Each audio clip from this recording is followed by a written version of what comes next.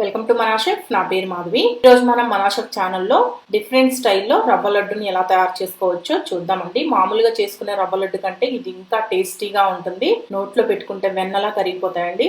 చాలా రుచిగా ఉంటాయి. ఇవి మీకు 15 నుంచి 20 రోజుల వరకు నిలువ ఉంటాయండి. చూస్తుంటేనే తినాలనిపిస్తుంది కదా. మరి ఎందుకు ఆలస్యం, ఎలా తయారు చేయాలో చూపిస్తాను.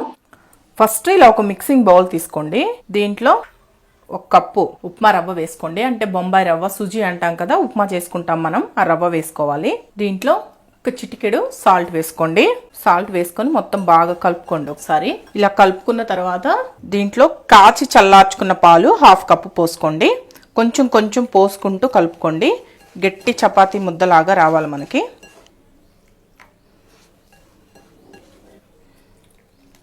చూసారా, మనకి 1/2 కప్పు, ఒక కప్పు ఉప్మా రవ్వ తీసుకుంటే 1/2 కప్పు పాలు సరిపోయాయి.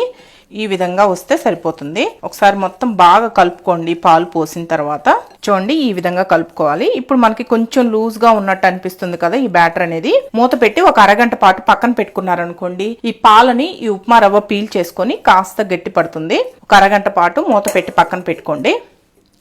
ఇప్పుడు ఒక అరగంట తర్వాత మూత తీసి చూడండి. చూసారా మనకి ఎంత గట్టిగా అయిపోయిందో. ఈ విధంగా గట్టిగా వస్తుంది. ఈ విధంగా రావాలి. ఇలా వచ్చిన తర్వాత దీంట్లో 1 టేబుల్ స్పూన్ దాకా నెయ్యి వేసుకోండి.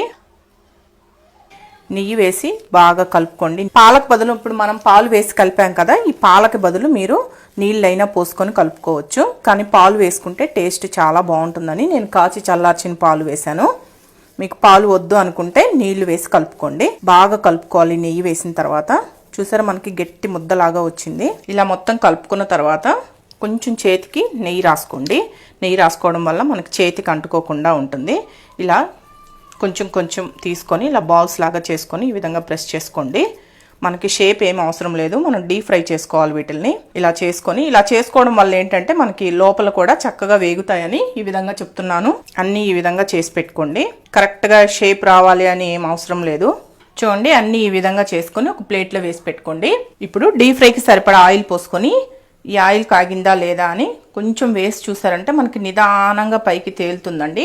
చూసారా, ఈ విధంగా ఉంటే కాగింది అని. మరీ ఎక్కువ కాగనివ్వద్దు ఆయిల్. మరీ ఎక్కువ కాగింది అంటే మనకి పైన కలర్ వచ్చేస్తాయి, లోపల సరిగా వేగవు.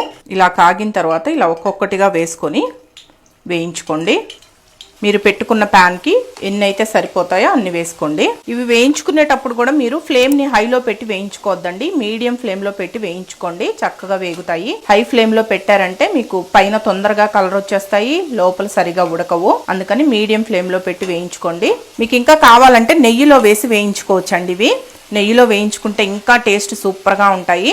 ఆయిల్కి బదులు నెయ్యి వేసుకోండి, లేదు అంటే ఇలా ఆయిల్లో అయినా వేయించుకోవచ్చు. ఈ కలర్ వస్తే సరిపోతుంది, మరీ ఎక్కువ వేగాల్సిన అవసరం లేదు. ఈ కలర్ వచ్చిన తర్వాత అన్నింటినీ తీసి ఏదైనా ప్లేట్లో వేసుకోండి. ఇవి బాగా చల్లారాలండి. ప్లేట్లో వేసుకున్న తర్వాత ఇలా ప్లేట్లో వేసుకోండి. ఇప్పుడు ఇవి కాస్త చల్లారిన తర్వాత ఇలా చిన్న చిన్న ముక్కలుగా తుంచుకోండి. ఇలా అన్ని చిన్న ముక్కలుగా తుంచుకున్న తర్వాత ఇలా ఒక మిక్సీ జార్ తీసుకొని మిక్సీ జార్లో వేసుకోండి. వీటిని పౌడర్ చేసుకోవాలి మనం. ఇలా అన్ని మిక్సీ జార్లో వేసుకొని వీటిని మెత్తగా పౌడర్ చేసుకోండి.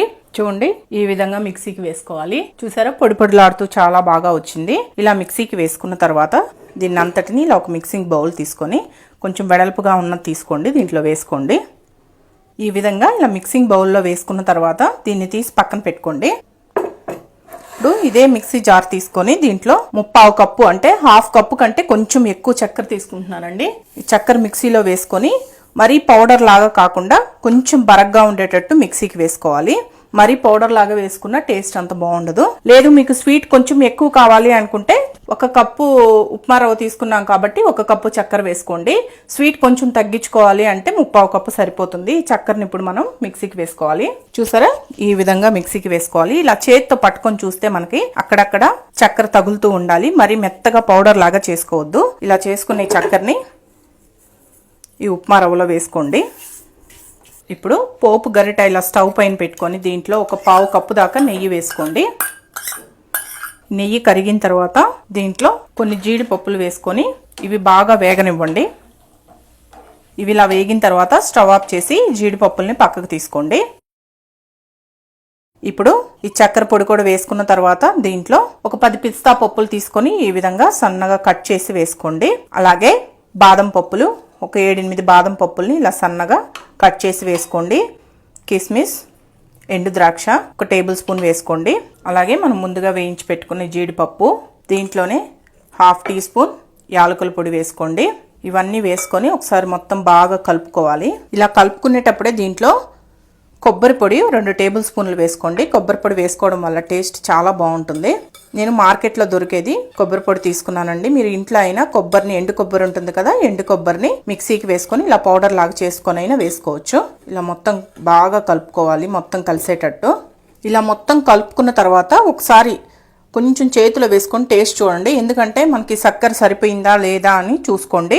చక్కెర సరిపోలేదు అంటే ఇంకొంచెం చక్కెర యాడ్ చేసుకోండి. పౌడర్ లాగా చేసుకొని సరిపోతుంది. మనకి కరెక్ట్గా సరిపోయిందండి. కప్పు ఉప్మా రవ్వకి 1/4 కప్పు చక్కెర సరిపోయింది.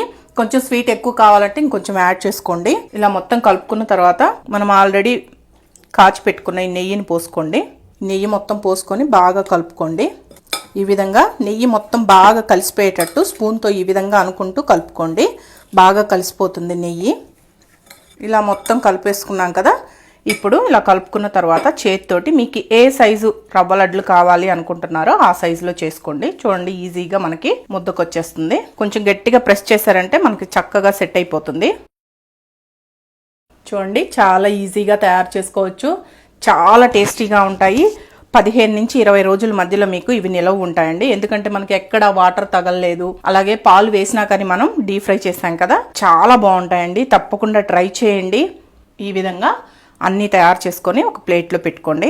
బాగా ఆరిపోయిన తర్వాత ఏదైనా గాజు సీసాలో స్టోర్ చేసి పెట్టుకోండి. ఒకవేళ మీకు ఇలా ఉండ చుట్టడానికి సరిగా రాలేదు అంటే కొంచెం నెయ్యి యాడ్ చేసుకోండి, సరిపోతుంది. నెయ్యి వేసుకొని ఉండ చుట్టుకున్నారంటే వచ్చేస్తుంది.